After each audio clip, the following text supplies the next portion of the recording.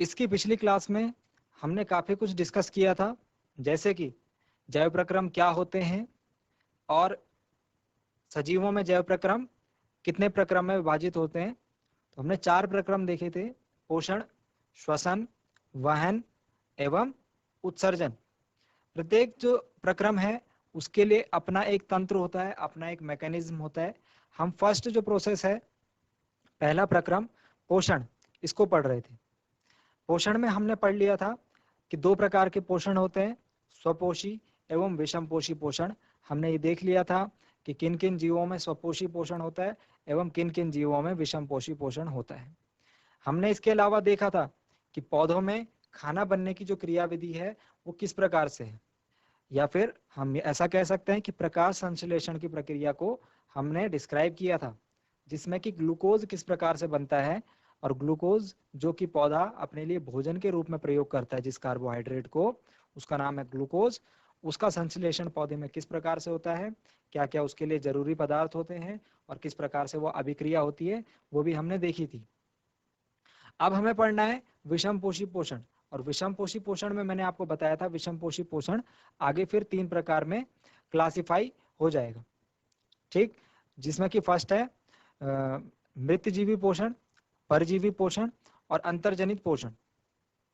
सो इन तीनों प्रकार के जो विषमपोषी पोषण हैं हम इनको आज डिस्क्राइब करेंगे, और उसके बाद हम देखेंगे कि जीवों में पोषण किस प्रकार से होता है। जैसे कि हम अमीबा में पोषण देखेंगे, अमीबा नाम के जीवधारी में, जैसे कि आप को पता है कि पिछली क्लास में अमीबा एक यूनिसेलुलर ऑर्गेनिज्म है, मतलब एक कोशिकीय जीव है।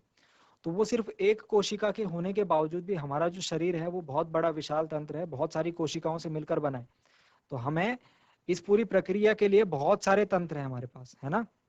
लेकिन जो अमीबा है वो सिर्फ एक कोशिकीय जीव है, उसके पास सिर्फ एक कोशिका है, उसमें पोषण किस प्रकार से उसे प्राप्त होता है, तो उसको हम समझेंगे। उसके बाद हम समझेंगे कि मनुष्यों में जो पोषण है वो किस प्रकार से होता है।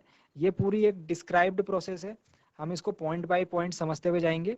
तो हम इसको समझना शुरू करते हैं। सबसे पहले विषमपोषी पोषण 3 प्रकार का होता है। फर्स्ट प्रकार है मृत पोषित पोषण, सेकंड प्रकार है परजीवी पोषण, और तीसरा है प्राणी संभोज या पूर्ण जानत्रिक पोषण या फिर प्राणी संभोज पोषण, ठीक है।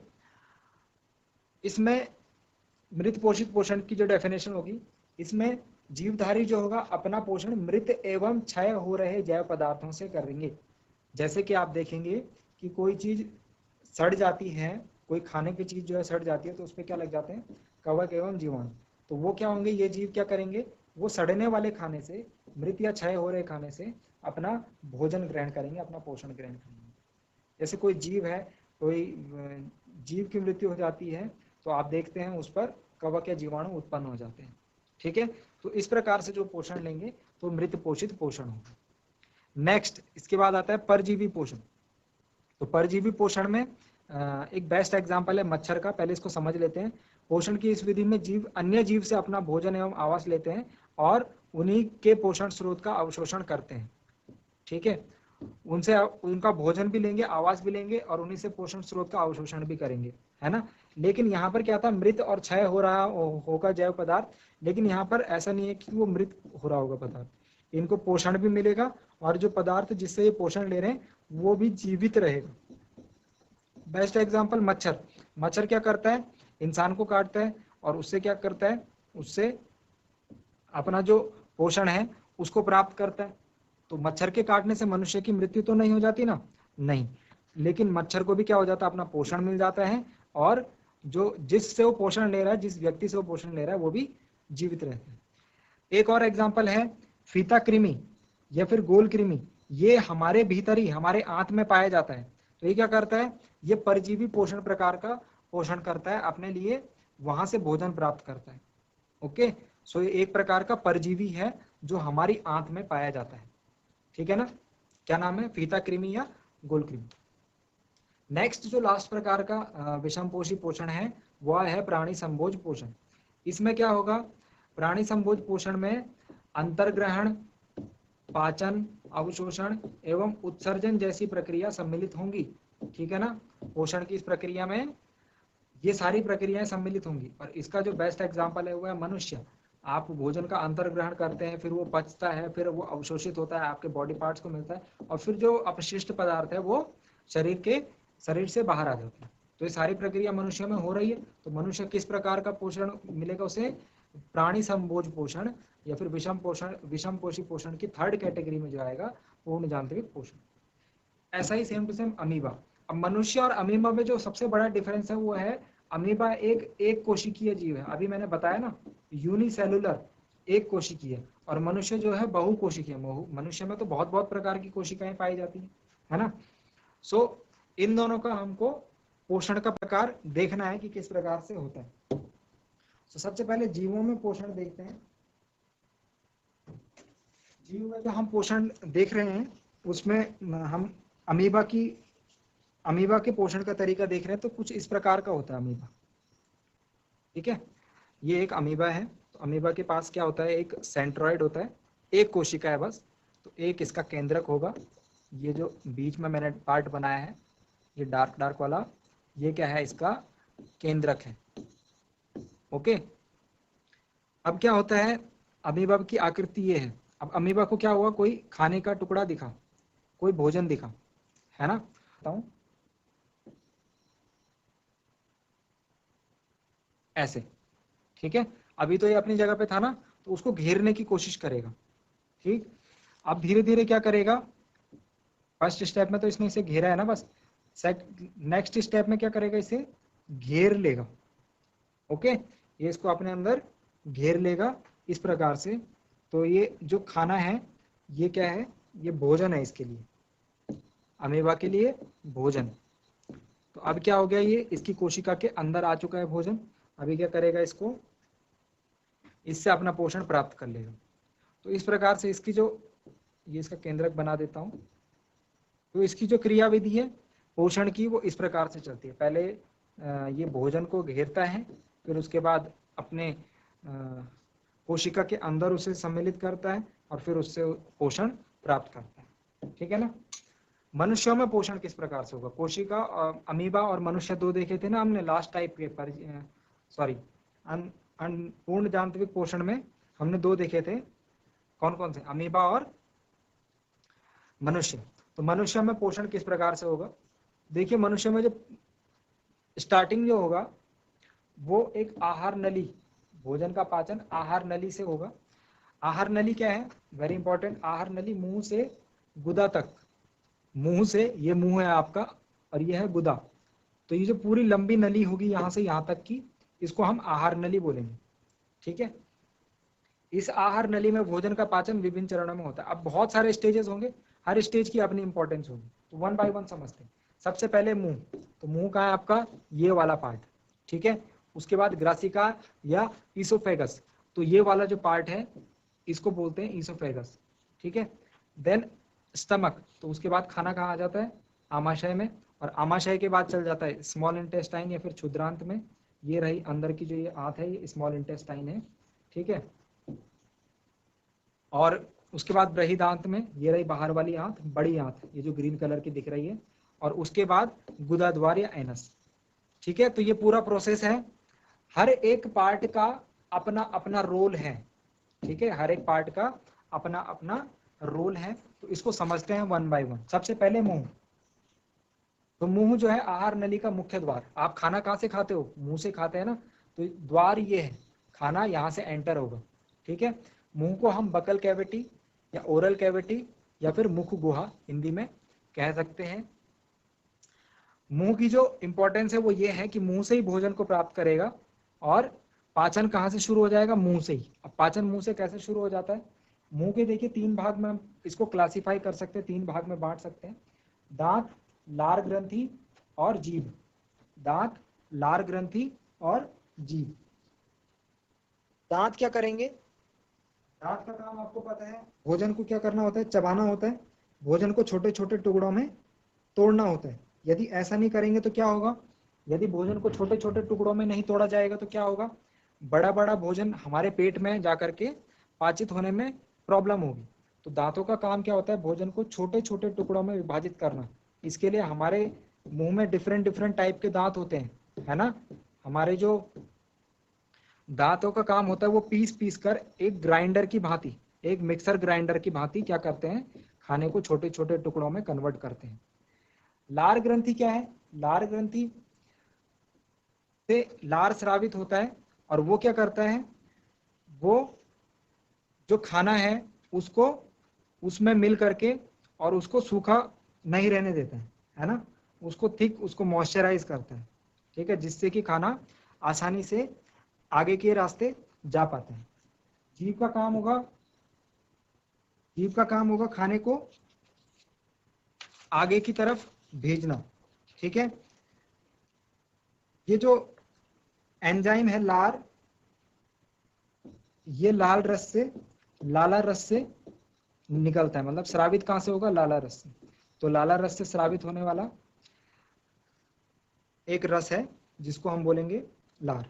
इस लार का जो इंपॉर्टेंट बात यह है, वो जब आप देखते होंगे कोई आपको स्वादिष्ट भोजन का नाम लिया जाता है ना, आपको बात की जाती है कि कोई स्वादिष्ट जो खाना है, तो आपके मुंह में पानी आने लगता है। ये कहावत तो आपने सुनी होगी, मुंह में पानी आना। तो वो मुंह में जो पानी आना है वो यही लार है। इस लार का काम क्या होता है, अभी मैंने फिर से बताया था, ये भोजन को गीला कर देता है ताकि उसका आगे आने वाला रास्ता, ताकि उसके आगे आने वाला रास्ता सुगम हो जाए और वो आसानी से आगे पहुंच पाए, ठीक है। अब लार में भी एक एंजाइम होगा जिसे लार एमिलोज कहेंगे। एक एंजाइम है, इसको याद रखिएगा आप, इंपॉर्टेंट पॉइंट है, एंजाइम जिसको हम बोलेंगे लार एमिलोज, लार एमिलेज, सॉरी, ठीक है। तो एंजाइम्स क्या होते हैं, एंजाइम्स बेसिकली इनको जैव उत्प्रेरक भी बोलते हैं। तो इनका काम होता है, जो प्रोसेस है उसको छोटे छोटे अणुओं में तोड़ने की, ठीक है ना। सो आगे समझते हैं, जीभ का काम क्या होता है, मैंने बोला था इसको मिक्स करने का और इसको लार को और भोजन को मिक्स करने का। तो तीनों का रूल समझ में आ गया। मुंह में दांत का रोल छोटे छोटे टुकड़ों में ग्राइंडर की तरह काम करेगा। लार ग्रंथि, लाला ग्रंथि, लाला रस निकलेगा, उसमें एक एंजाइम होगा लार एमिलोज, वो क्या करेगा, भोजन को गीला करेगा ताकि उसके आगे का रास्ता सुगम हो पाए, और जीभ क्या करेगा, उसको मिक्स करेगा, ठीक। Next, ग्रसिका, oesophagus. सो इसके बाद खाना जो है, यहाँ से देखिए मैं इसमें समझाता हूँ, ये मुंह है आपका, इस मुंह के अंदर ये जो ये है लार ग्रंथियां, ये देखिए दिख रहे हैं आपको, मुंह में डिफरेंट डिफरेंट जगह होंगी, यहाँ लार ग्रंथियां हैं, ये जीभ है आपकी। तो इन तीनों का रोल हो गया। अब उसके बाद खाना क्या हो गया, यहाँ से इस रास्ते आ गया ईसोफेगस में। अब ईसोफेगस में या फिर ग्रसिका में किस प्रकार से जाता है भोजन, एक लंबी नली होती है, ठीक है, मुंह से आमाशय को, ये मुंह है आपका और ये आमाशय है, इसको बीच से कौन जोड़ रहा है, ग्रसिका। क्रमांचुक गति, क्रमाकुंचक गति, पेरिस्टेलिक मूवमेंट क्या होता है, देखिए ये सपोज आपकी ग्रसिका है, ग्रसिका है और भोजन यहाँ पर आया, ठीक है, सपोज ये भोजन है, तो ये आगे कैसे बढ़ता है, ये आगे ऐसे बढ़ता है कि इसके पीछे की तो क्या हो जाती है, ग्रसिका ऐसे कॉन्ट्रैक्ट हो जाती है, और जहां पर ये भोजन होता है उसको एक्सपेंड करते रहती है। तो क्या होते रहेगा, भोजन नीचे नीचे आता रहेगा, इसके पीछे वाली जो मसल्स हैं वो संकुचित होती रहेंगी, तो ये नीचे नीचे आता रहेगा, है ना, इस प्रकार से। तो उसको बोलते हैं क्रमाकुंचक गति, पेरिस्टेल्टिक मूवमेंट, ठीक है ना, बात समझे। भोजन जैसे यहाँ पर होगा तो इसके पीछे वाली जो मसल्स होंगी वो संकुचित हो जाएंगी, फिर उसके बाद भोजन यहाँ पहुंचेगा तो इसके पीछे वाली संकुचित हो जाएंगी, तो संकुचित होंगी तो वो उसको आगे को क्या करेंगे, पुश करेंगे, एक्सपेंड करेंगे। तो इस प्रकार से होता है इसमें भोजन की गति। नेक्स्ट उसके बाद जब भोजन एसोफेगस से या फिर ग्रसिका से होकर कहाँ जाएगा, आमाशय में। तो आमाशय में एक इंपॉर्टेंट काम होता है, आमाशय के आने पर, भोजन आने पर आमाशय फैल जाता है, ठीक है।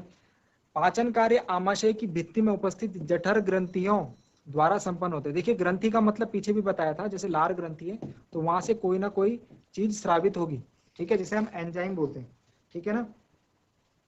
तो जठर ग्रंथियों में, अब यहां से क्या स्रावित होंगे, हाइड्रोक्लोरिक अम्ल, प्रोटीन पाचक एंजाइम जिसका नाम है पेप्सिन, इंपॉर्टेंट, ठीक है, तथा श्लेष्मा का। अब तीनों का अपना अपना रोल है। हुआ क्या, भोजन जैसे ही आमाशय में आया, आमाशय फैल गया और जठर ग्रंथियों ने तीन चीजें स्रावित करी, हाइड्रोक्लोरिक अम्ल, पेप्सिन और श्लेष्मा। तो पेप्सिन क्या है, एक प्रोटीन पाचक एंजाइम है। प्रोटीन को पचाने के लिए जो एंजाइम यूज होगा वो पेप्सिन है और श्लेष्मा। तो इन तीनों का वर्किंग बताता हूं मैं आपको। पहले हाइड्रोक्लोरिक अम्ल, हाइड्रोक्लोरिक अम्ल का काम क्या है, अम्लीय माध्यम तैयार करना जो पेप्सिन एंजाइम की क्रिया में सहायता कराएगा। और पेप्सिन एंजाइम की क्रिया क्या है, इसको प्रोटीन को पाचन करना है, ठीक है ना, जो भोजन में प्रोटीन है उसको पाचन करना है। लास्ट बचा श्लेष्मा। तो श्लेष्मा का कार्य आमाशय के आंतरिक अस्तर की अम्ल से रक्षा करना है। देखिए HCl क्या है, हाइड्रोक्लोरिक अम्ल। हाइड्रोक्लोरिक अम्ल को हम ऐसे भी लिखते हैं ना, HCl। तो ये HCl क्या है, एक प्रबल अम्ल है। प्रबल अम्ल क्या होते हैं, प्रबल अम्ल संक्षारित प्रकृति के होते हैं। संक्षारित मतलब कि ये हानिकारक होते हैं हमारी त्वचा के लिए।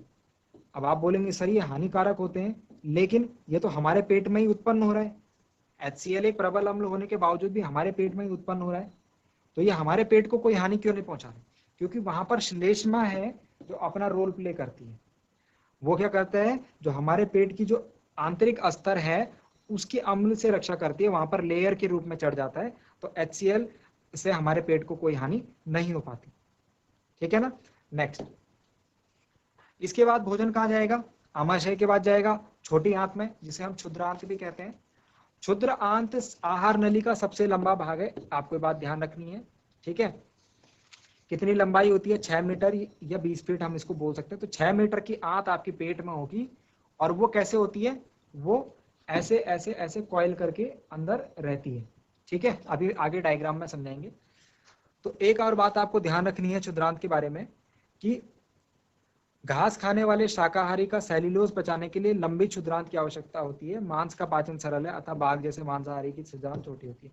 तो बाघ में जो छोटी आंत होगी वो छोटी होगी, और जो घास खाने वाले जीव होंगे उसमें ये बड़ी होगी। क्यों, क्योंकि सेल्यूलोज प्रेजेंट होता है किसमें, घास में। जो शाकाहारी भोजन होता है उसमें क्या प्रेजेंट होता है, सेल्यूलोज।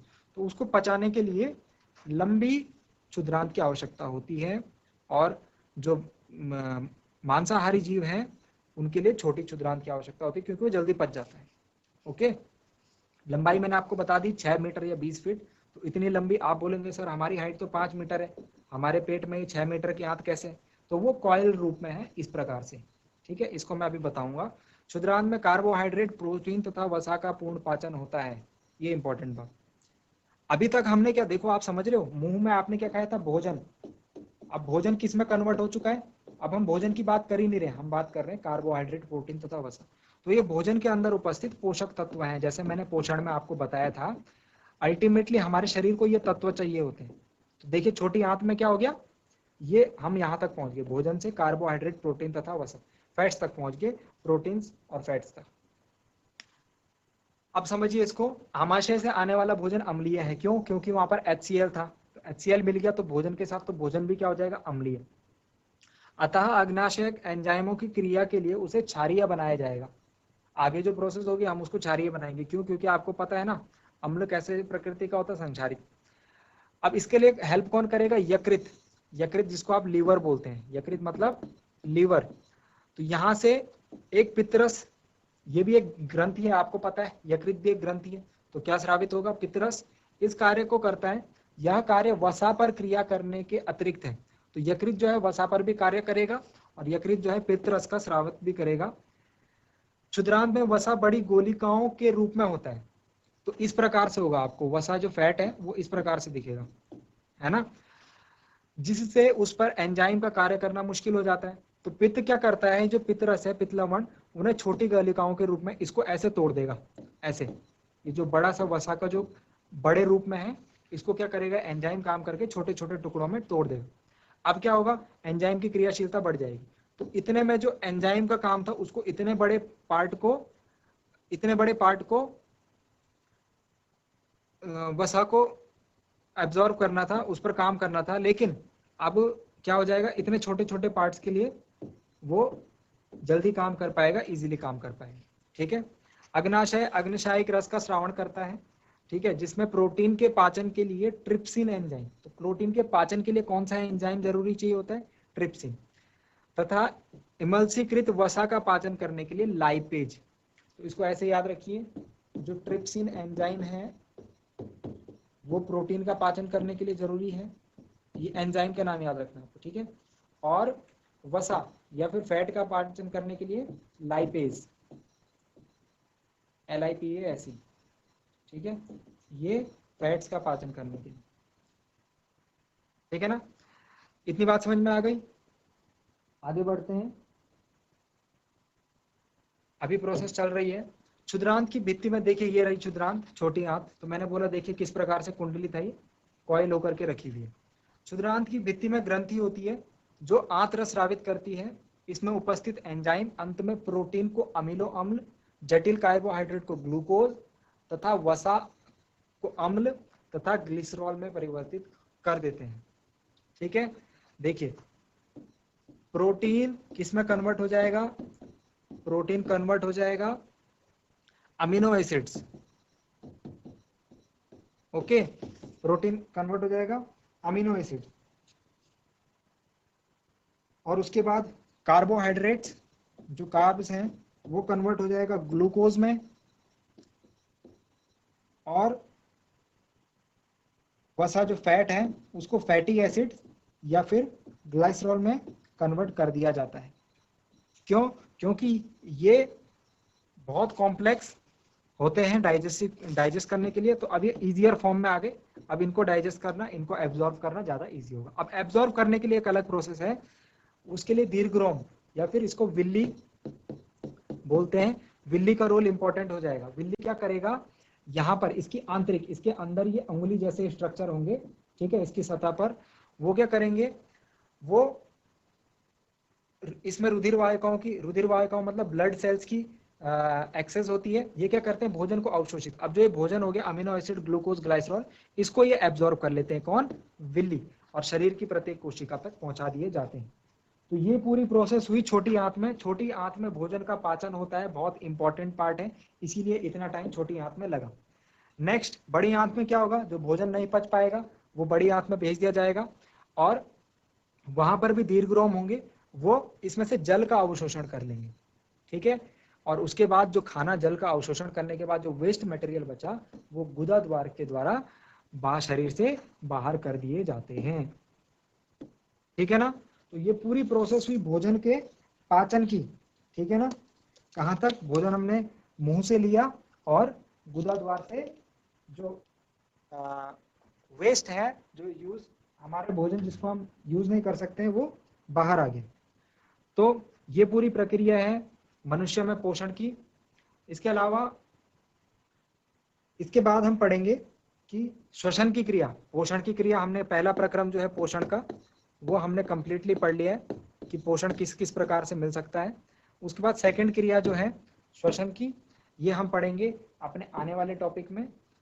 तो आज का टॉपिक यहीं पे कंप्लीट करते हैं। उम्मीद करता हूँ आपको पसंद आया होगा, इसको रिवाइज कीजिएगा। मिलते हैं नेक्स्ट टॉपिक में। Thank you.